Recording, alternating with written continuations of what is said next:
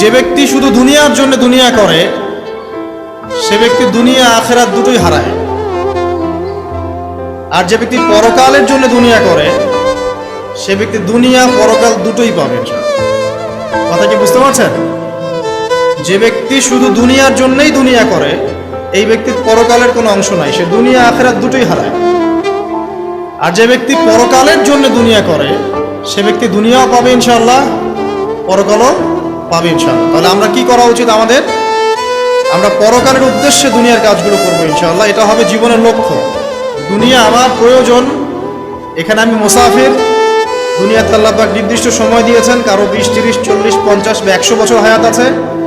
এই সময়টুকুর মধ্যে নবী মুহাম্মদ সাল্লাল্লাহু আলাইহি ওয়াসাল্লামের অনুকরণ এবং তার সুন্নাহ মাফিক জীবনযাপন করার মধ্য দিয়ে পরকালে আল্লাহর রেজামন্দি এবং সন্তুষ্টি অর্জন করা, এই হলো জীবনের লক্ষ্য এবং উদ্দেশ্য।